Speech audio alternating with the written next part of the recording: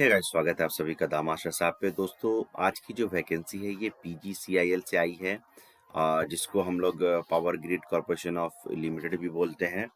और इसमें जो पद है वो पद है आपको जूनियर टेक्नीशियन का पद है। जूनियर टेक्नीशियन ट्रेनी का पद है। ठीक है, तो जूनियर टेक्नीशियन ट्रेनी का जो ये पद है, ये टोटल पद 203 है। बहुत अच्छा पद है। और दूसरा है कि इसमें सिर्फ कंप्यूटर बेस्ड एग्जाम है, सीबीटी एग्जाम होगा और इस एग्जाम के आधार पे आपका सिलेक्शन होगा। और ये जो है बहुत अच्छा पोस्ट है। और आपका ये जो हर रीजन के लिए है, जैसे कि अगर आप नॉर्थ ईस्ट रीजन में है, ईस्ट रीजन में है, जिस रीजन में आप चाहते हैं उस रीजन में आप इसको अप्लाई कर सकते हैं और उस रीजन में आपको इसके लिए वैकेंसी मिल सकती है। तो एक बहुत अच्छी अपॉर्चुनिटी है। मैं आगे बताऊंगा कि इसके लिए क्वालिफिकेशन क्या है और कौन लोग अप्लाई कर सकते हैं और कौन लोग अप्लाई नहीं कर सकते हैं। ये सारी जानकारी हम लोग इस पूरे वीडियो में देखेंगे। इसके लिए लास्ट डेट क्या होगा, कैसे अप्लाई करेंगे, ये सारी जानकारी हम लोग देखेंगे इस पूरे वीडियो में। तो दोस्तों, हमारे साथ बने रहिए।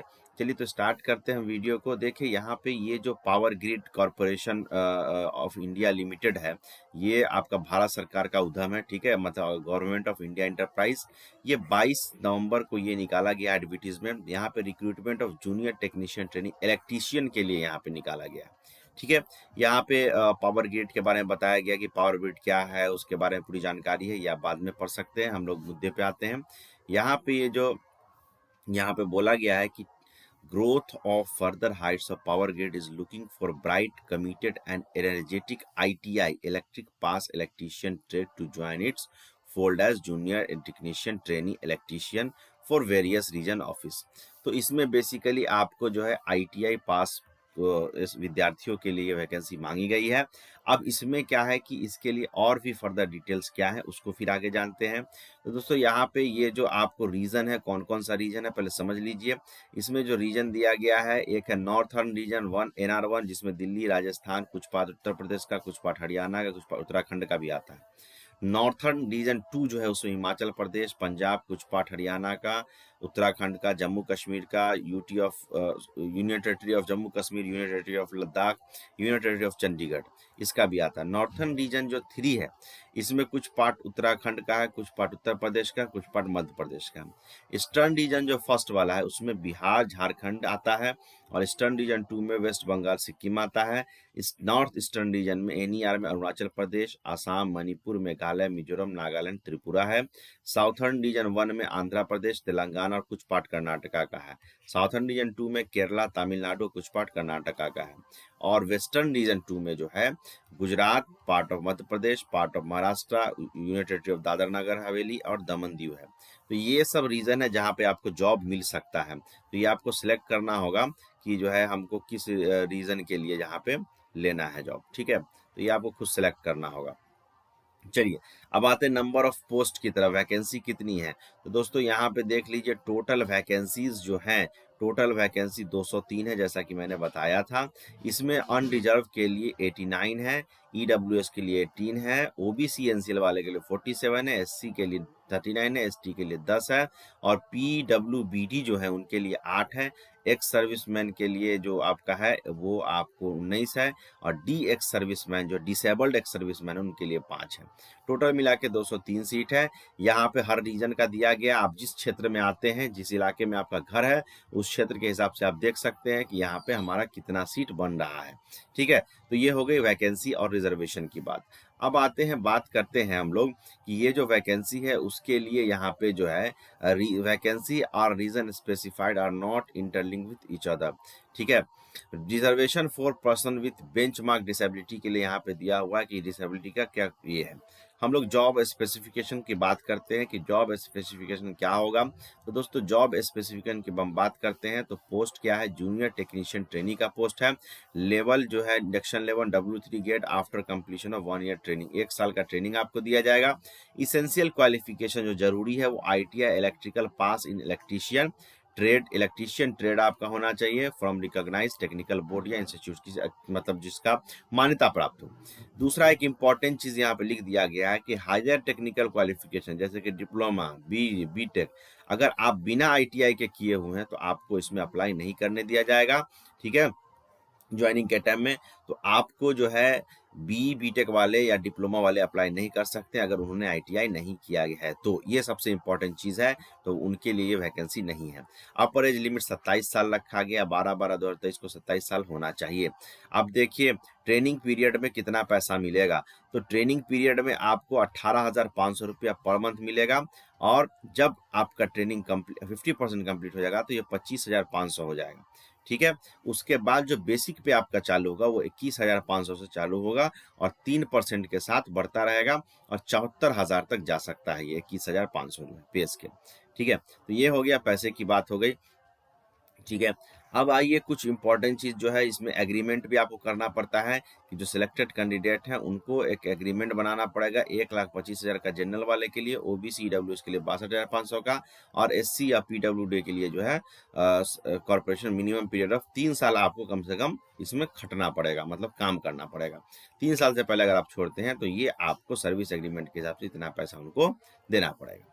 एप्लीकेशन फ़ी जो है 200 रुपया रखा गया, नॉन रिफंडेबल है।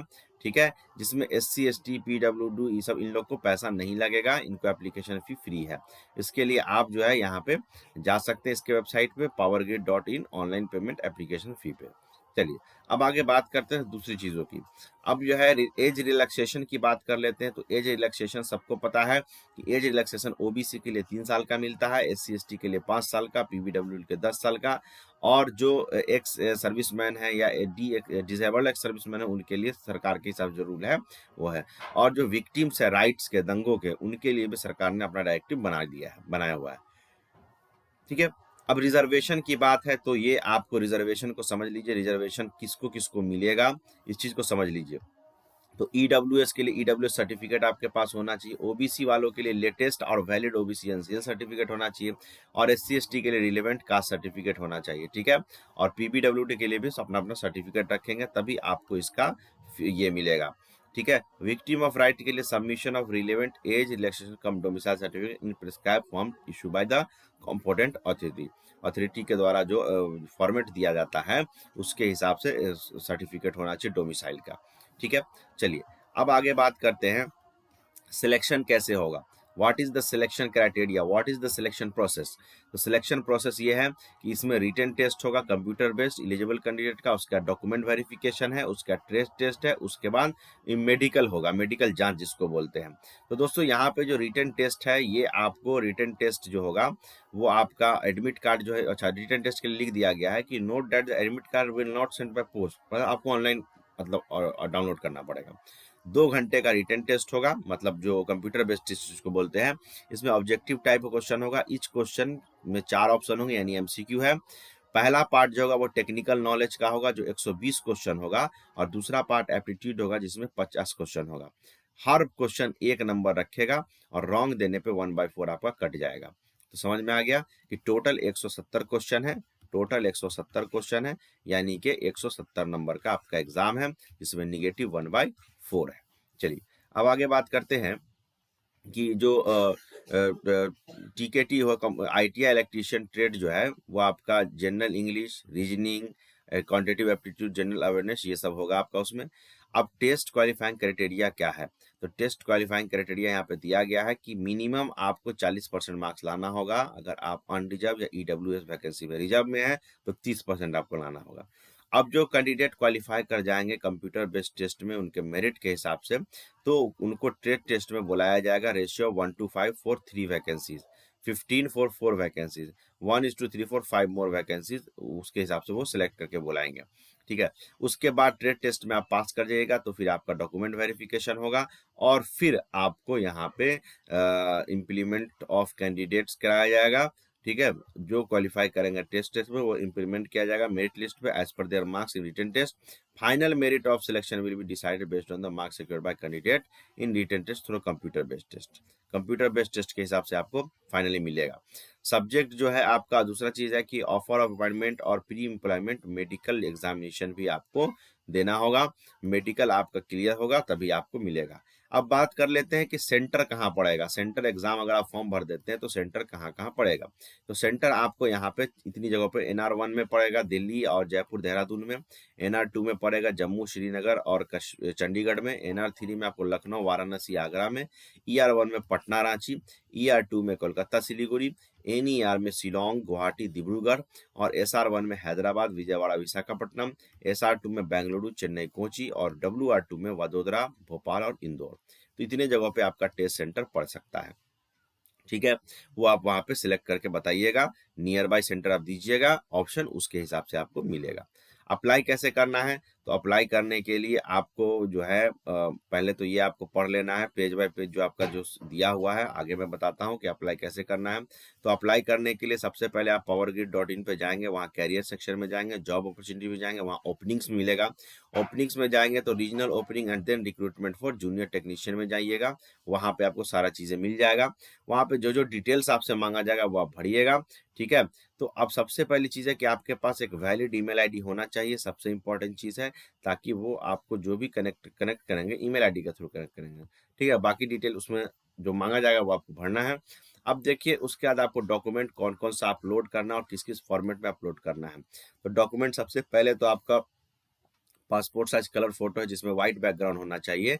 ठीक है, वो आपको, अच्छा जो फोटो रखेंगे उसका बहुत सारा कॉपीज भी बना लीजिएगा, 50 KB मैक्सिमम साइज और JPG फॉर्मेट में अपलोड करना है। सिग्नेचर जो है ब्लू या ब्लैक इंक से होना चाहिए, 50 KB मैक्सिमम साइज और JPG में ही अपलोड करना है।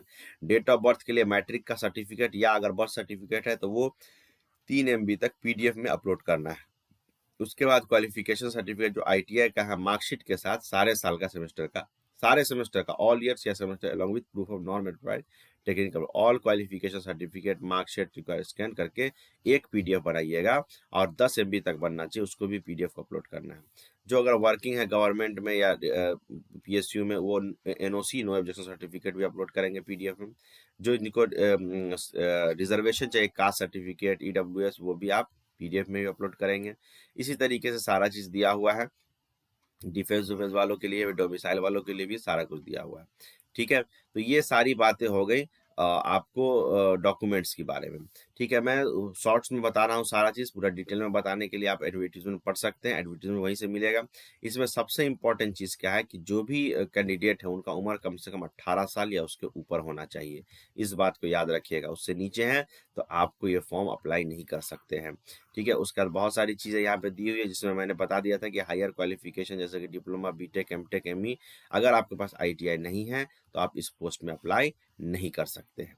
ठीक है, हाँ आप कब कर सकते हैं, जब आपके पास होगा ITI की degree, should not possess higher qualification like ये सब। At the time of application, at the time of joining the candidate shall be submit undertaking he is not the possessing higher technical qualification. Higher qualification वाले को allow नहीं किया गया है। तो ये सारी बातें हो गई, बाकी चीज़ें जो हैं आप जो है इसका वेबसाइट पे जाके डाउनलोड कर सकते हैं, जिसका लिंक मैं डिस्क्रिप्शन बॉक्स में डाल दूंगा। एप्लीकेशन फ़ी यहाँ पे नॉन रिफंडेबल है, आपको पैसा वापस नहीं मिलेगा अगर आप एक बार अप्लाई कर देते हैं तो। ठीक है, तो ये सारी बात हो गई। अब बात आ गई कि एग्ज़ाम जो है एग्ज़ाम कब होगा और उसके लिए कैसे हम लोग जो है एग्ज़ाम के लिए जो है किस डेट में होगा, कब तक फॉर्म भरना, ये सारी बातें हम लोग यहाँ पे देखेंगे। ठीक है, तो यहाँ पे ये देखिए दोस्तों कि ये जो एग्ज़ाम वगैरह है उसका इम्पोर्टेंट डेट्स यहाँ पे दिया हुआ है, जिसमें ओपनिंग जो है 22 नवंबर से ही फॉर्म भरा रहा है शाम के 5 बजे से। लास्ट आप 12 दिसंबर तक फॉर्म भर सकते हैं 23:59 में, यानी कि रात के 12 बजे से पहले तक आप इस फॉर्म को भर सकते हैं। 12 दिसंबर तक आप भर सकते हैं। Cut off date for determine eligibility उसी दिन आपको पता चल जाएगा। ठीक है, डेट ऑफ रिटर्न टेस्ट जो है वो जनवरी में 2024 में टेंटेवली है। ठीक है, हो सकता है आगे पीछे भी हो सकता है, लेकिन जनवरी 2024 में ये टेस्ट आपका ले सकते हैं। तो ये इंपॉर्टेंट डेट्स है जो मैंने आपको बता दिया है। इस इंपॉर्टेंट डेट्स के हिसाब से हमें अपना फॉर्म अप्लाई करना है, काम करना है। बाकी की अगर कोई क्यूरी है, कोई जानकारी है तो आप नीचे कमेंट्स में बता सकते हैं। बाकी इस एडवर्टीजमेंट का PDF जो है आपको मिल जाएगा। इसका लिंक नीचे डिस्क्रिप्शन बॉक्स में, या आप हमारे टेलीग्राम चैनल पे चले जाइए, वहाँ पे भी आपको इसका लिंक मिल जाएगा, या वहाँ पे भी आप हमसे इसके लिए मांग सकते हैं एडवर्टीजमेंट के लिए, या कोई जानकारी है तो आप पूछ सकते हैं। डॉक्यूमेंट्स से रिलेटेड जो भी बातें हैं वो आपको एप्लीकेशन फॉर्म जब अप्लाई करिएगा, उस एप्लीकेशन फॉर्म के एप्लीकेशन में आपको वो सारा डिटेल आपको भरना पड़ेगा। बाकी जानकारी के लिए आप कमेंट कर सकते हैं। Thank you very much.